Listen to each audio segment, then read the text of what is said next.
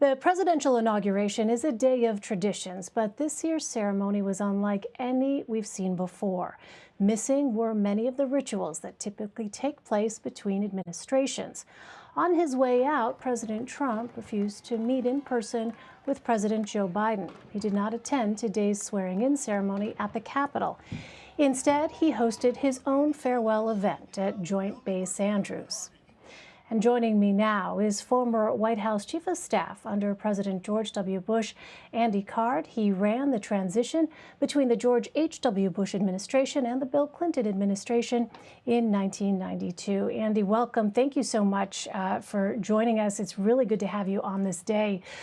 So one of the striking moments, I thought, from today was earlier when Vice President Kamala Harris and her husband, Doug Emhoff, stood on the Capitol steps and waved farewell to the former Vice President Mike Pence. And Mr. Pence did leave a letter for Vice President Harris, as per tradition. But Andy, how important are these kinds of rituals? And what does it mean that Donald Trump did not actually take part? Although, as we heard a moment ago from President Biden, there was a letter which I thought, interestingly, President Biden characterized as generous. Well, first of all, thank you very much for having me on. I appreciate it. This is a remarkable day. This was truly a day of history and a day of hope, as the president said in his inaugural address. And he's now got a lot of work to do. And I'm, for one, want to help him do his job. And I was pleased with how he's inviting people to become more unified and work together. Now, with regard to Kamala Harris, the vice president, yes, it was wonderful to see Vice President Pence attend the ceremony. I wish that President Trump had been there, but it was nice of Vice President Pence to be there. He actually has stepped up and done a great job over the last 3 weeks of understanding and respecting the institutions of our democracy and helping to keep them going. What happened today is critically important to our democracy, not just for what Americans think of it, but what the rest of the world sees. So I was pleased that Vice President Pence was there, kind of representing the current administration, and he was very warm towards Kamala Harris, which I thought was very nice. I also was grateful that President George W. Bush was there, and Bill Clinton was there, and Barack Obama was there. It's wonderful to demonstrate to the world that we do have this transfer of power that we can have take place, even when there have been a lot of divisive comments made in the general public.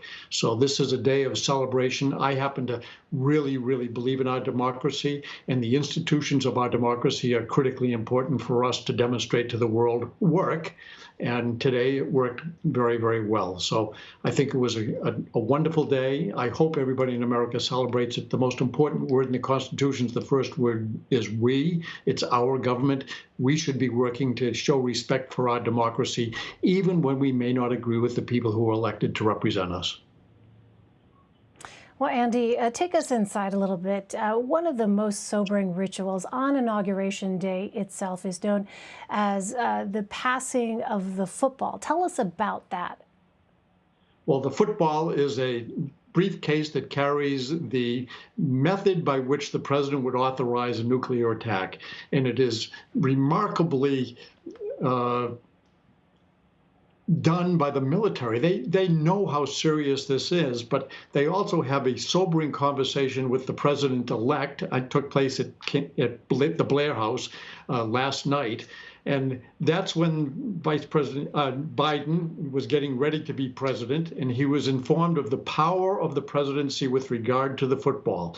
And there was probably a military officer there saying, this is what will happen. Here is a card that you will have with a code on it. I will ask you who you are. I would ask you confirm that you have this card with the documentation. I will challenge you twice, and then if you give me permission, I will push the button, and you can know for certain that your actions will be followed through within the military. That's a very sobering thing to go through. Now, normally the football is passed right at the time that the president takes the oath of office from one military aide to another military aide, and that military aide will stay in close proximity to the president all the time of his presidency, that particular aide or one like him or her, and carry the football, but be in close proximity to the president no matter where the president is.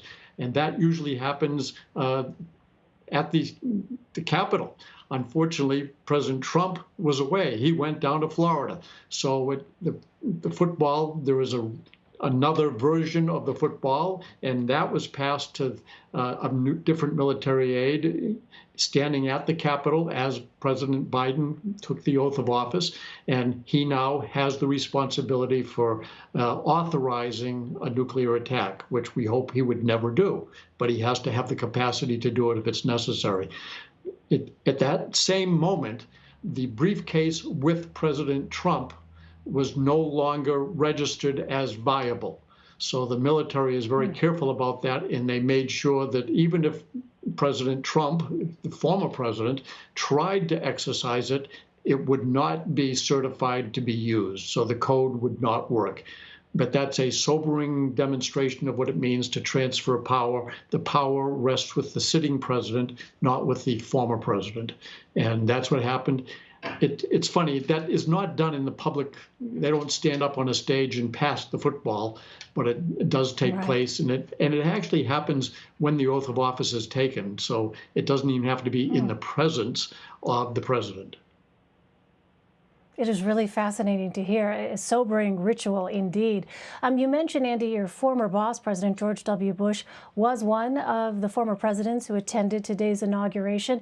And it was interesting, Andy, because Majority Whip Jim Clyburn told reporters that President Bush called him the, quote, savior of Biden's campaign, and that Mr. Biden was the only person who could have defeated President Trump. I'm curious what you think that says about the kind of campaign that President Biden ran, and what qualities of bipartisanship would you like to see brought back to Washington? Well, first of all, Vice President Biden did not have an easy path to winning the Democratic nomination. Remember, he came in third, almost fourth in Iowa. He did not do well in New Hampshire. And it came down to, can he survive? Can he make it through the next process? And it was South Carolina where the great test took place. And Congressman Clyburn really rallied the troops and endorsed Joe Biden. And that's what put him on a path to viability and then victory in the Democratic Party, and made it possible for him to compete to win the presidency.